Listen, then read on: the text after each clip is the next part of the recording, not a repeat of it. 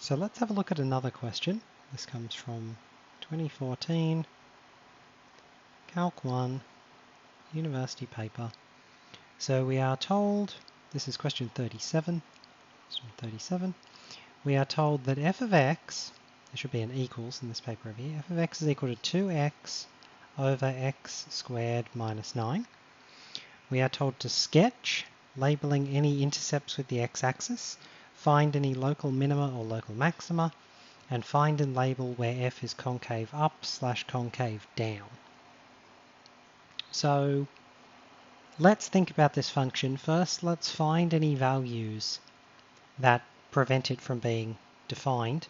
So this has a denominator. So this denominator here, this can't equal 0. This is not allowed to equal 0. So x squared minus 9 is not allowed to equal 0. Add 9 to both sides. This gives us x squared is not allowed to equal 9. This means x is not allowed to equal plus or minus 3. So immediately, when we're thinking about drawing this, we know that it can't be plus or minus 3. These are going to be asymptotes, most likely. They're going to be the holes in the function, or they're going to be asymptotes. In this case, they're likely to be asymptotes. So if we want to sketch this, we just need to see what the function does around these asymptotes. So let's draw a nice big graph. So we have y, we have x, we have minus 3 over here. So this is not allowed. And then we have 3 up here. This is also not allowed. So first, let's have a look at what happens to the function as it goes to positive infinity on the x side and negative infinity on the x side. So if we look at the function, f of x is equal to 2x on x squared plus 9. As x gets very large, the denominator, which has a square, overwhelms the numerator, which has a linear term. So the denominator grows much faster than the numerator. So on the right-hand side, the function heads to 0 from above. So we know this function flattens out like this. If we have a look at the negative infinity side, as x heads towards negative infinity, the numerator heads towards negative infinity, the denominator heads towards positive infinity, but faster because it's a square, and so we're going to get this heading towards 0, but from below. So this is just looking at the two tail ends of the function, saying what happens here. Now from this, we can sort of see, if you're familiar with this kind of function, you can sort of see what's going to happen here. But if we have a look at what happens as it heads to the asymptotes, this will give us a better sense.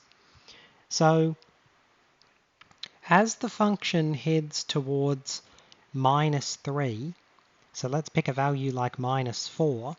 If we evaluate this function at minus 4, we're going to get f of minus 4 is equal to 2 times minus 4 over minus 4 squared minus 9. This will be minus 8 over 16 minus 9, which is 7, minus 8 on 7. So that's a little over 1. So minus 4 is here. We'll have a point that's a little less than minus 1, this is to say. Will be down here. And then if you keep checking points, this will actually grow. The closer you get to minus 3, the more this will grow, but it'll be negative, right? So this will approach negative infinity. Now let's have a look at this side. Let's see what happens when x is 4. We get 2 times 4 over 4 squared minus 9. Here we're going to get 8 over 7, but it's all positive. And if you keep checking values, you will find that this approaches the asymptote but goes upwards. And this is essentially a hyperbola. It's a hyperbola with a different bit in the middle. These functions are known to look like this. So we know this is what it does on the outside. Then the question is, what does it do in the middle? So we'll evaluate it when x is 0 to find the y intercept. So when x is 0, we get 0 over minus 9. That's going to be 0. So we know this passes through the origin. And then we want to look at what happens. So we looked at what happens when we looked at what happens to the function when we head towards minus 3 from the left. We looked at what happens when we head towards plus 3 from the right. Now we want to look at heading to minus 3 from the right, this way, and plus 3 from the left, this way. So we'll start with minus 3, heading to minus 3 from the right. When the function is minus 2, f of minus 2 is equal to minus 4 over 4 minus 9. This is minus 4 on minus 5. So this is a little less than 1. So this is sort of roughly here-ish. And then if we look at f of 2 on the other side, f of 2, this is equal to 2 times 2, which is 4, over 2 squared, which is 4 minus 9. That's going to be minus 5. So this will be minus 4 on 5. And this will be down here. So this is minus 2. This is 2. These are both, this is 4/5. This is minus 4/5. And then if we keep checking values, getting closer and closer and closer to the asymptotes, we will see that this asymptote, as we head to minus 3 from the right, it will continue to go up. It'll continue to rise. This must smoothly curve through that point, through the origin. And then when we continue to have a look at values heading towards 3 from the left, it will continue to go down and continue to approach that asymptote. So in terms of our sketching, this is what we have. It doesn't really matter how you do this, right? You're just trying to create an approximate graph. This has one intercept, which is the origin, so we'll label this as 0, 0. And this is the 1 mark, pretty much. They want this graph, or something along these lines. And if you know what these functions look like already, you can do this fairly quickly. Right? So you don't need to go through this whole process. You can. It's very useful because if you get functions that you don't really know what they look like from memory, you can sort of logically reason what they must look like. But you can also memorize what these look like. So that's part A. That's all the first part. Now we are told in part B, find any local minima / local maxima. So this is an interesting question. There are maximas and minimas on this graph, and they are essentially the asymptotes, the points heading towards the asymptotes, either up or down. So minus 3 heading from the left, that is a minima. So minus 3 from the left, this is a min. But 3 from the left is also a min. Plus 3 from left is also a kind of min. So these are our two mins. And then minus 3 from the right is a max. And plus 3 from the right is also max. From right is also max. And these are the max points. Apart from that, there are not really any other local mins or maxes. You could say, these are global mins and maxes, by the way. You could say that as the function flattens out towards positive infinity and negative infinity, that these are local minimums or maximums. So you could say as it heads towards positive infinity, this is a local minimum because as it's heading towards positive infinity, the point it's heading towards is the lowest of all of the points in a certain region. You could say as it's heading towards negative infinity, the point is the highest within a certain region. But really, we only have globals here, not locals. And the globals are around the asymptotes. Now, when you think about mins and max, you can also do this using derivatives. So if we take this function f of x, 2x on x squared minus 9, and we find a derivative, this is u, this is v, we get u is 2x, we get v is x squared minus 9, this gives us u prime is 2, this gives us v prime is 2x. If we do a quotient rule, we get f prime of x is u prime v minus uv prime. That's 2x squared minus 18 minus uv prime. That's 4x squared. This is all divided by v squared. This is x squared minus 9 all squared. We have plus 2x squared minus 4x squared. This is equal to minus 2x squared minus 18 all over x squared minus 9 squared. Now if we let this equal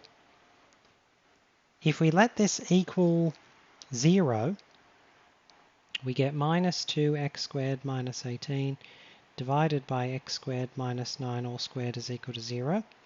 Immediately we notice this prohibits x is not allowed to equal plus or minus 3.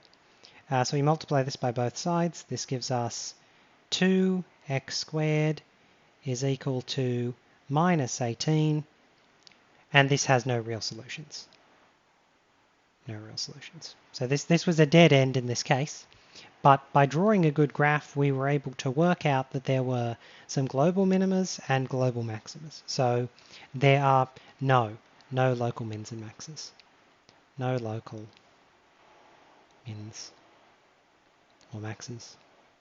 Unless you want to regard the global mins and maxes that we have in this graph, the equal global mins and maxes as locals, which in the purpose of this question, we're not going to be doing that. So the correct answer to this question is no local mins or maxes. Now, part C, find and label where f is concave up / concave down. So this we're just going to be doing on the graph. We just need to find this and label this. So this is the points where the second derivative is positive versus points where the second derivative is negative. So we'll find our second derivative. We have, and then we'll jump to our graph. F prime is minus 2x squared minus 18 over x squared minus 9 all squared. This is u, this is v. Because this is university calculus, if you have first derivatives, second derivatives, concave up, concave down, stuff like that, it makes sense to actually take the derivatives even if you don't need them, because often that's what they will expect you to have done. If they do expect it, they will have told you during the course. When the lecturers do particular examples, they want you to mimic those examples. So the derivative of this is minus 4x, and then if v is x squared minus 9 squared. This means v prime is the derivative of the inside times the derivative of the outside. That's 4x times x squared minus 9. So then we can do our second derivative. We won't use y, we'll use f double prime of x ends up being equal to u prime v minus uv prime. That's minus 4x times x squared minus 9 squared minus 2x squared minus 18 times 4x times x squared minus 9, all divided by v squared, which is x squared minus 9 all squared. So this is a little bit complicated to work with, so we're just going to leave this for the time being. You could simplify this down and you could start examining when it's positive or negative. But so we've taken this second derivative and we could pursue this. This is a possibility. We're just going to go back to our graph now and we're going to look at the slopes and see how they're changing. So let's look at this tail end the slopes are all negative. Here, the slope is rather flat. Here, the slope is very steep. So the rate of change of this section, if we think about what is the change in the slopes, well, they're going from, minus a half to minus 10. So the derivative here is in fact negative. So this is all down. This is all concave down. If we look at the middle section, we have a slope here that's negative but quite steep, then a slope here that's a bit less steep. So this is flattening out, then it flattens out a bit more, and then it gets steeper again. So if we are going from flat to steep, that's concave down. If we're going from steep to flat, that's concave up. So that means the section in here from minus 3 to 0, this will be concave up. From 0 to minus 3, this will be concave down. And then from 3 up to positive infinity, this is starting quite steep and then getting flat. So that means this is going to be concave up. Concave up. So we have concave down from negative infinity to minus 3, concave up from minus 3 to 0, concave down from 0 to 3, and then concave up from 3 to positive infinity. If we come back to our equation for a brief moment, we didn't pursue this because it was a little bit complicated, but we can cancel and simplify some things here. We have a single x squared minus 9 that can go. So there's 4 down the bottom. There's 4 of these because it's squared squared. This will become 3. This squared will become 2. And this x squared minus 9 will cancel. So we are then left with minus 4x times x squared minus 9 squared plus 2x squared plus 9 times 4x. And this is all over x squared minus 9 cubed. And then you can plug values into this to see what is happening from negative infinity to negative 3 to 0, from 0 to positive 3, and then from positive 3 up to positive infinity. And so evaluating this is very slow because you have to do a whole bunch of points. You can sort of, if you could graph this is a slightly hard thing to graph, but if you could graph it, you can get a picture that shows you where this function is positive and where this function is negative, and then you could infer immediately. Because this form is a little bit hard, it's not really worth doing in this case. We can just look at the graph and work out what's happening. And that's the question told us to find and label where f is concave up / concave down, and we could just do this directly from examining the graph. That's what we did. But you could also use the function.